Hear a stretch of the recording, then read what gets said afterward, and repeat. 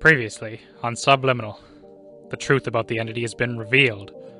Rory must now look himself in the eyes and confront what he's done once and for all, while his friends and family make one final attempt to save him. Ernest, what we're going to be attempting is extremely... I know the risks. I'm sorry to be that guy, but Ernest, you just got out. You risk never coming back again. I don't think Rory deserves to stay there, but... Darwin, shut up. It's his choice. I appreciate his concern. Entering the realm by choice hasn't been done before, and maybe it isn't possible. But from what we know about it, if I can enter by choice, leaving should be far easier. And we're certain your monster won't be waiting. I killed it. For real this time. It's all speculative science, Miss Marcy, but our research implies that one would only encounter one of these personal demons if they drift into the realm due to a dissociative condition. Intentional exposure shouldn't invite such a threat. It'll be fine. But it could take hours just to get in. So we need to go. Now. Let's go. Robin and Ernest say their goodbyes to the group and drive to the outskirts of Queensville. They arrive at their destination, the cemetery. Looks like it'll rain. The perfect weather for this. I'm not totally sure where we... Robin realizes Ernest has already begun marching through the graveyard. It shouldn't matter where. I just need to put my mind at ease and remember. Crane's homemade hallucinogens should kick in fast. Ernest makes his way down to a large tree and lays next to a highly decorated headstone. He doesn't recognize the name at all, but he reads the date. 1923 to 1992. Not too far from his age. Ernest hasn't had time to adapt or understand the present world of the near 2000s. Far too much culture to catch up on after being exposed to nothing but the liminal space for half a century. But he takes solace in knowing that once constant is death. Everyone dies, and it's not always sad. Grim ingests the hallucinogens and closes his eyes. A deep fog sleeps through the graveyard, and his hearing slowly fades. He can almost feel the presence of the fallen around him. Grim? Ernest? Meanwhile, the two Rorys, nearly indistinguishable, walk side by side through the endless realm. They have no destination, but it does not matter. All those times I thought I made progress, you were still there, weren't you? The other Rory does not respond. I guess even when I own up to it, there's still that part of me that hates myself. Huh. Yes, you hold yourself back. I'm the problem again. You're still where you started. You've done nothing to deserve peace. You're right. I can't change. I don't deserve to go back. At least here, my death can't cause any other problems. In the distance, the sky flashes with light, accompanied by a bizarre, distorted rumble. What the? It's only lightning. Nothing to be concerned of. No. No, this isn't right. You're toying with me again. Rory stands tall, his body becoming clearer again. The entity backs away slightly. You know, maybe I am a bad person. Maybe I am the problem. But as long as I'm stuck here, I won't be tormented anymore. I won't! I'm sick of having my emotions played with. If I could change what I did to everybody, I would, but I can't, can I? So I'll live with it. You aren't hunting me anymore. In a karmic twist of fate, Rory chases after the entity, its form rapidly collapsing.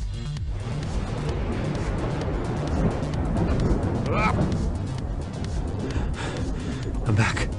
Ernest's perception fluctuates as he sees the realm far more clearly than ever before. He no longer sees the sky as a single gradient, but a kaleidoscopic mass of black and white. He's no longer a prisoner of the realm. Its illusions can no longer affect him. Grim hobbles away from the crumbling terrain.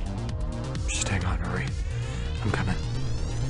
Ernest takes a massive leap towards where he can just barely see what he believes is the entity chasing Rory. Gravity seems to have a lesser hold on him now. He jumps across the vast abyss, forming as the ground breaks apart further. This isn't normal for the realm at all. Ernest knows what it means. He's nearing the void. Ernest expertly rolls and dodges massive pieces of debris flying towards him. The realm is reacting to his interference. Stop it, Rory! Why, you have no power over me now. Rory dives at his doppelganger, whose form seems to lose tangibility by the second. Rory's mania seems to be distorting their surroundings as they crash through a wall and land in the familiar swimming pool. My issues are mine to be burdened with, and mine to face. Yes, I triggered Penelope, and yes, her death is my fault, but I tried to help her. I gave her the last bit of hope I needed myself. I still messed it up. The former entity tries to wrangle out of Rory's arms as they crash into the frozen pool, falling through into the maw. Where it all started, right? Such a loser. Rory Bailey. So pathetic his life almost ended taking out garbage. Do my words ring any bells? 'Cause they're yours. Mine. They've been mine. This whole world just breaks your grip on reality. Huh? That's what it is. Rory. It's weird. Hearing that from my own voice. Don't get me wrong, I am a shitty person. I've been treated like shit my whole life. Rory bolts menacingly to his entity counterpart and grips it by the shoulders. Life has been a circle of pain. I've never felt lower than I have here. Reliving every mistake, making new ones, I don't care. That's what makes me human. Rory. Rory doesn't hear Ernest, but the entity does. It runs. It's your turn to run! Rory sprints at the entity, his form becoming even more grotesquely mutated. I could have kept running from you forever, but I'm done, Rory Bailey. I know who you are. I resent what you've done. I hate who you became. As the terrain continues shifting and spiraling, Rory and his entity are carried by the momentum. He dives one last time into his inner demons, clinging them tight. You ruined every relationship you had. You pushed away everyone who tried to get close. You deserve to die alone and in this world. But you won't. Rory realizes that he and the entity clutching to his chest are floating above nothing. The distorted city is far behind them, and they're faced with nothing but darkness. Because maybe one day I can learn to forgive you. But I can't forgive myself without apologizing to the people I hurt. None of them will ever hear me say I'm sorry, but I hope somehow this reaches them. I wish I'd been better. For the first time since he arrived in the realm, Rory feels peace. He doesn't even notice that he and the entity became one. Felicia, Penelope, Ernest, Darwin, Marcy, Robin, everyone who was hurt by me, I truly am sorry. And most of all, Rory Bailey, I'm sorry I failed you.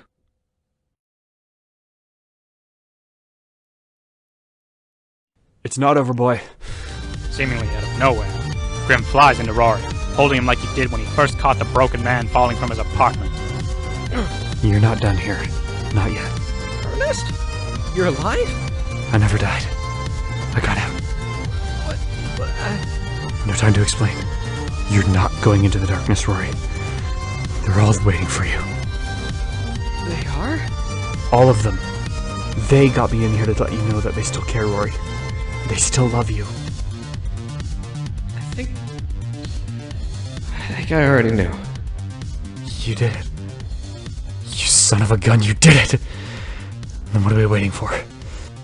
Ernest loosens his grip and extends his hand. Rory takes it as the void releases a massive pulse, blasting the two men back towards the achromatic ruins. The sky is clear of darkness, and light gleams brighter than any sunrise or sunset. Rory and Ernest gaze as they continue floating towards it. Rory lets out the first genuine smile he's had in a very long time. Ernest and Rory sit on a pier. Water cascades into a lake suspended above them. Their bobbers casted, a rare bit of respite in the liminal realm, before the two part ways. Thank you. What for? For helping me find the light again. Are you joking? You got out and gave it all to make sure I'd be able to do the same. You stopped me from entering the darkness. I owe you. And now you, boy.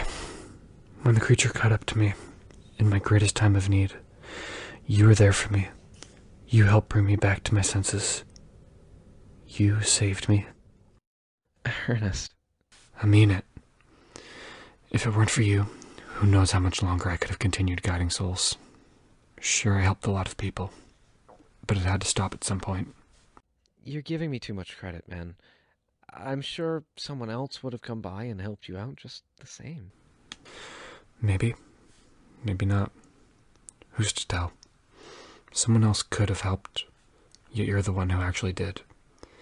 I've met many folk throughout my life, both here and back home, but there are few I know. Ernest puts his hand on Rory's shoulder. Who I can truly call friend. The two sit on the pier, in silence for a little longer, before reeling in their lines and getting up. Sure you don't want to come back? Lad, I've been gone for too long. No doubt these old bones can last much longer anyway. Might as well cut my losses and get some well-earned rest. It's well deserved. It was an honor meeting you, Ernest. The pleasure was all mine. If there is an afterlife beyond the void, I better not be seeing you there anytime soon. Got it? I'll do my best. The two friends exchange one final embrace before they end their time in the liminal realm, once and for all. Godspeed, Rory. Grim steps back into the void. Though his journey may be over, he is at peace. Godspeed. Rory steps into the light, ready to start his journey anew.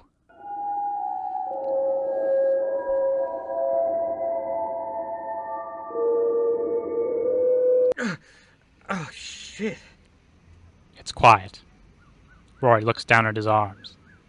Everything feels normal. More than normal. He was so used to the weightlessness of the realm that his body feels so much heavier. He warily gets out of his bed. The sounds of Queensville outside are sobering. He actually missed the sounds of traffic. As Rory adjusts to the gravity again, he exits his room. Suddenly, the liminal realm seems a lot more grounded in realism, as he can barely believe what he sees in front of him. The only people in the world who wanted to make sure he'd be okay. Nobody says a word at first. You're back. Incredible! Rory! Robin races into her brother's arms. A little too quickly. They both fall to the ground. Tears begin pouring from them both. Holy shit. Rory. It's really you. It's me, Rob. It's me. I can't believe it. You came to help me. I don't... Everything... Robin squeezes her brother, even tighter. Just incredible! The liminal theory is now proven. Absolutely incredible. Well, friends, I think my career has peaked. I'm retiring. Pleasure to meet you, Mr. Bailey. Sorry? Who are you? We'll tell you everything later. Just come here. Marcy joins the hug, and nobody says a word for quite a while. Eventually, everyone sits down around the Bailey Rodgers coffee table to discuss. So when Ernest wanted to get back in to save you, we knew there was actually hope. Hey, speaking of which, where did Ernest go? He decided it was his time to go. He didn't have a place here, but he went out doing what he spent more than half his life doing. Helping lost souls like me find their way home. And home you are. Darwin, Save your breath. Rory, I'm not here to make amends.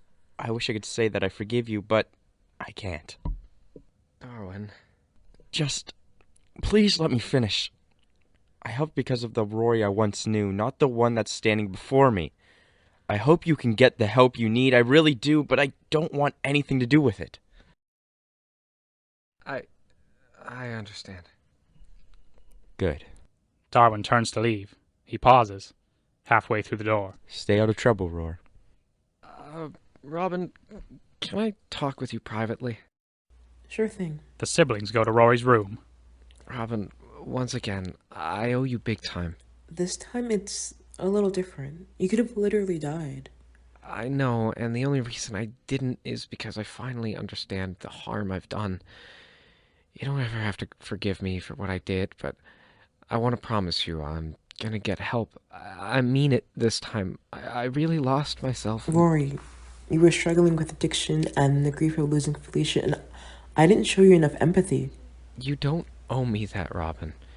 Yes, I was going through things, but that's not an excuse. I could have sought help, but I let myself get worse. No more.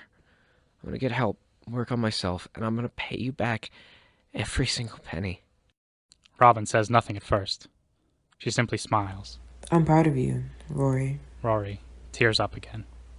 He hasn't heard those words in a long time. The siblings share one more hug before they grab Marcy and head to their next destination. Venus Video. Come again.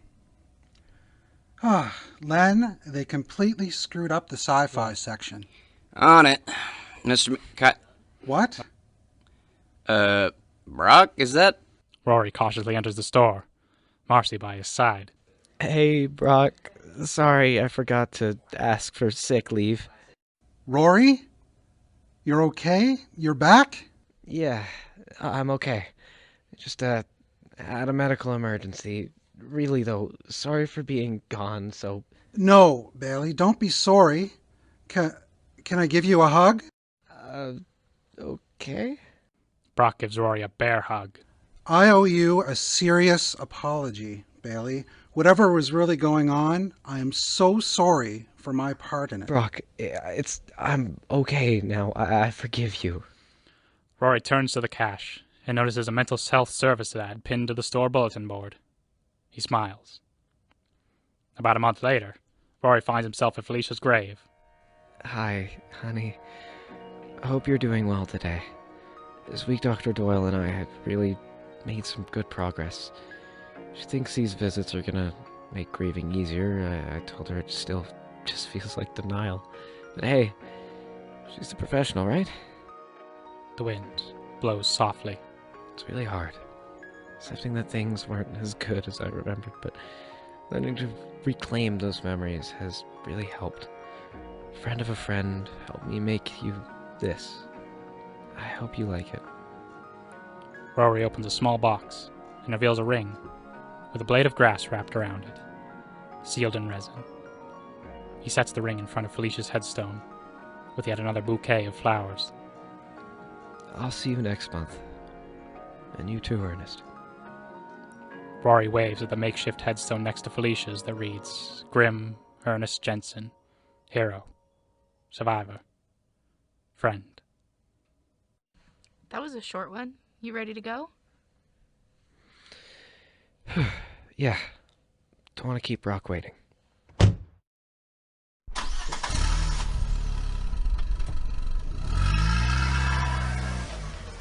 Rory Bailey has lived an eventful life, and he's made many choices he regrets. But now, he's finally ready to put his best foot forward and embrace the good things he has in his life.